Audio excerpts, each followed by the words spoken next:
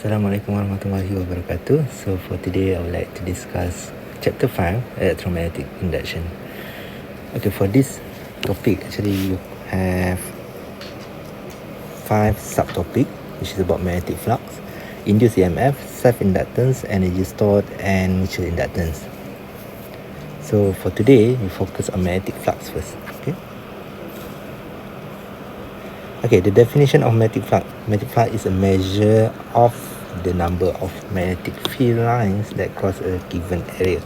Dengar macam complicated, tapi di sana tak pun. Okay, one thing yang students have problem that dia tak nampak the physical quantity of magnetic flux to itself. Okay, so magnetic flux ni dalam bahasa mudahnya actually adalah mengukur berapa banyak magnetic field line yang masuk dalam loop ni. So macam example yang saya pakai, hujan dengan this one. So saya selalu ibaratkan magnetic field lines tu ibarat hujan yang turun. Okay, berapa banyak ditangkap oleh this one, itu adalah magnetic flux. Okay, obviously there's few factors that will affect berapa banyak quantity water that I could catch. Kamu boleh bayangkan macam cawan juga kot. So if you have surface area, the bigger it is, kan, lagi banyak air boleh tangkap. So itu satu factor lah, it depends on the area. And another one is the quantity of the water itself. Okay, kalau hujan lebat, you can imagine that the magnetic field density is actually high. So that one is B lah, magnetic density is high. So hujan lebat, lagi banyak air. So you can see here from the formula, it is actually B dot A. It depends on the two factors. But since this is a dot product, it is actually BA cos theta. So not only it depends on the size of the loop and the magnetic field, the quantity of magnetic field density, it also depends on angle. Okay, jadi kita pergi pasal angle. Okay, back to the formula. The phi here is actually a scalar quantity, and the unit that we use is Weber. Okay, be careful the phi. Phi ni ada dua simbol. Satu yang ada cap ni, satu lagi adalah capital phi. This one yang ada, satu tak ada cap, yang ni ada cap. Okay, capital phi means magnetic flux linkage. So you can imagine saya ada satu ni, satu ni saya boleh tangkap, katakan saya boleh tangkap 5 ketul air. Kalau saya ada 10, darat 10 lah, itu ibarat dia. So numbers of n ni basically numbers of turn lah. Instead of letak side by side, dia basically adalah numbers of turn like this. Ada 10 turn, so 10 lah. So that one is just a total multiply with numbers of n. Okay, let's try to look at our example just now. If you are talking about raining, katakan this is our magnetic field. Saya cuba lukis. Katakan ni adalah hujan yang tengah turun. This is the water raining down. This is our B. Okay,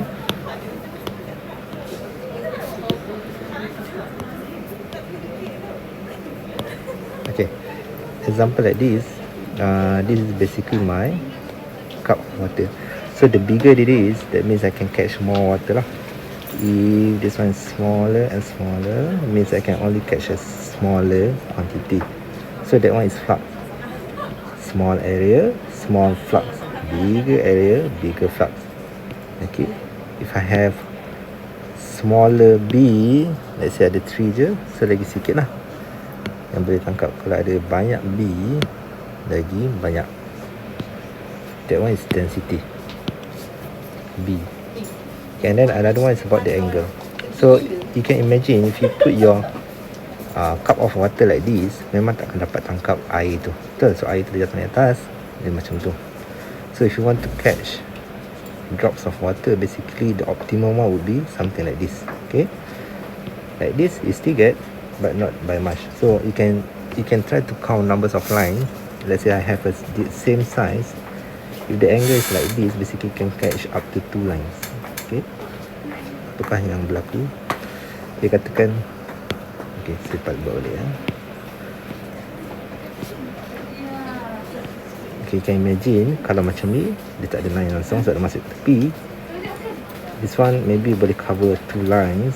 Kalau saya rotate some more, maybe dia cover 3 lines. So you can imagine that the optimum one will be this angle. Okay, Ini kalau air tu jatuh di bawah lah. But most of the time, most of the example tak adalah setiap kali ya. Sometimes they represent by this horizontal line. Magnetic field biasanya dilukis dalam horizontal. Cuba saya buat kalau di horizontal. This is my B and this is my B. Okay.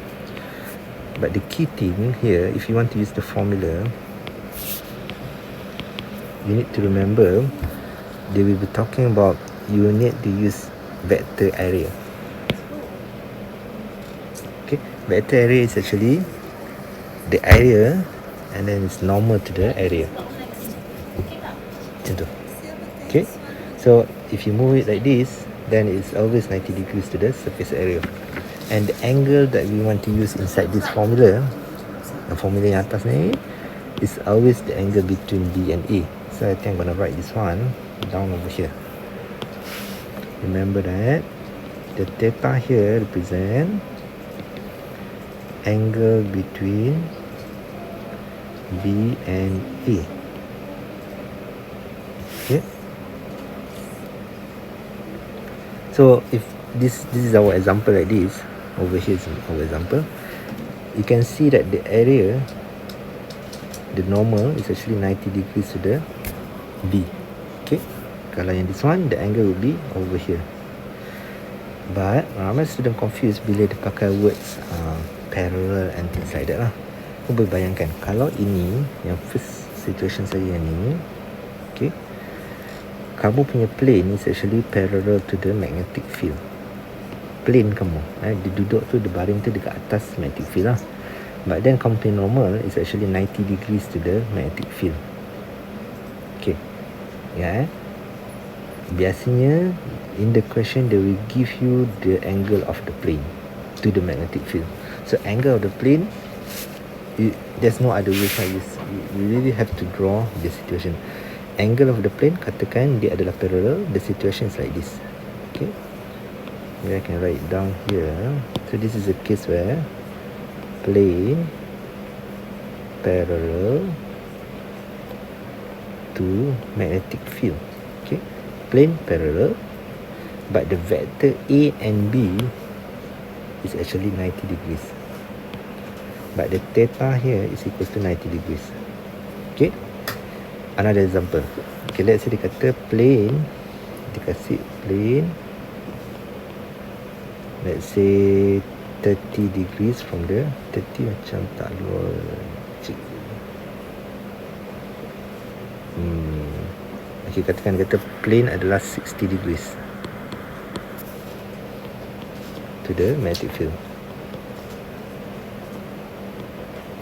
And then when you try to draw, the theta there actually represent this angle. I can draw it over here. This is the 60 degree one, or it is actually this one.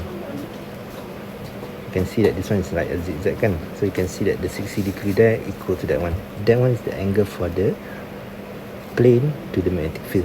But if you are talking about area punya vector A, so your A here will be 90 minus 60, which is equals to 30 degrees Celsius. 30 degree angle. And then this one, the last one, you have plane perpendicular to magnetic field. Plane to 90 degrees to the magnetic field. But your theta is actually equals to 0. Kenapa 0? Because your area punya vector and B is 0 degree. Okay, so I think that's all for first topic. Very simple. The only confusing part is this one. And there's a student conflict kat sini, dia start kat sini. But remember, this is very important. This is the basis of this chapter. So make sure you understand. Okay, kalau tak faham, macam biasalah, rewatch. Okay, thank you.